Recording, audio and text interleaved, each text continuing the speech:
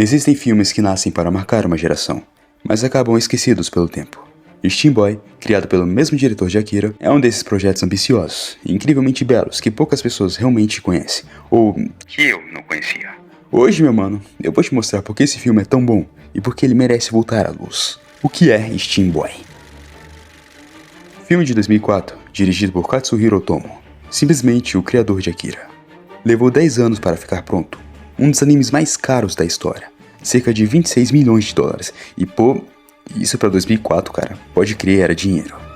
Mistura de ficção científica, revolução industrial e steampunk. Steam Boy é basicamente uma carta de amor à tecnologia da era do vapor. Uma história sobre poder, responsabilidade e linha tênue entre progresso e destruição.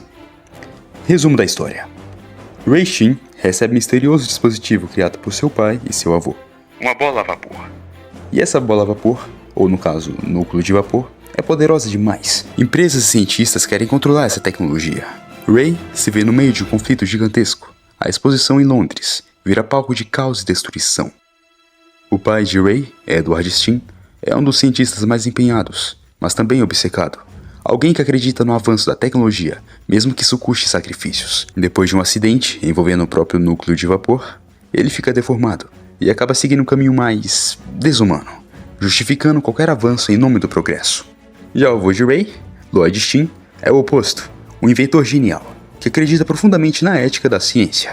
Ele quer proteger Rei e garantir que o poder do núcleo nunca seja usado como uma arma.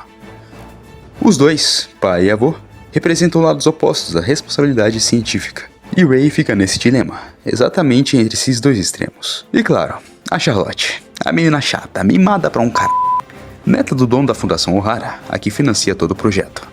Ela vive dando ordens, gritando, causando encrenca e tratando Rei e outros como se fossem cachorros.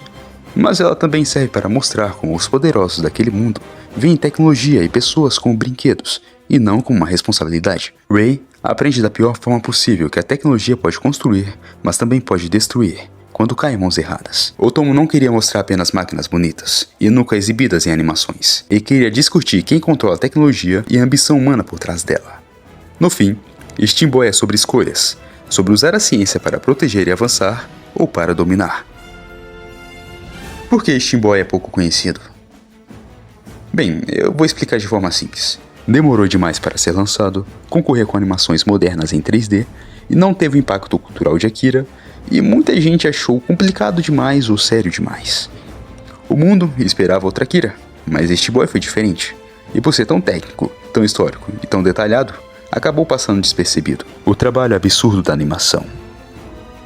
Mais de 180 mil frames ilustrados à mão, mistura de 2D tradicional com CGI primitivo, uma das maiores produções de anime da época. O Otomo exigia perfeição absoluta. Esse cara aí não descansava. Cada máquina tem um funcionamento lógico, desenhado peça por peça. Não como se fosse para uma animação, mas sim como um modelo de design. Bom, hoje a gente vê animações geradas com IA, ou feitas digitalmente em meses. Mas Steam Boy foi feito no suor, no papel e na tinta. Cada engrenagem do filme existe, cada válvula funciona. Cada máquina foi desenhada como se pudesse existir na vida real. Steam Boy pode não ter tido o reconhecimento que merece, mas é uma obra-prima da arte tradicional. É um lembrete de que a animação é muito mais do que desenhos. É dedicação, é história e é emoção e experiência embutida. E talvez agora, com você assistindo esse vídeo, ele conquiste finalmente o lugar que merecia.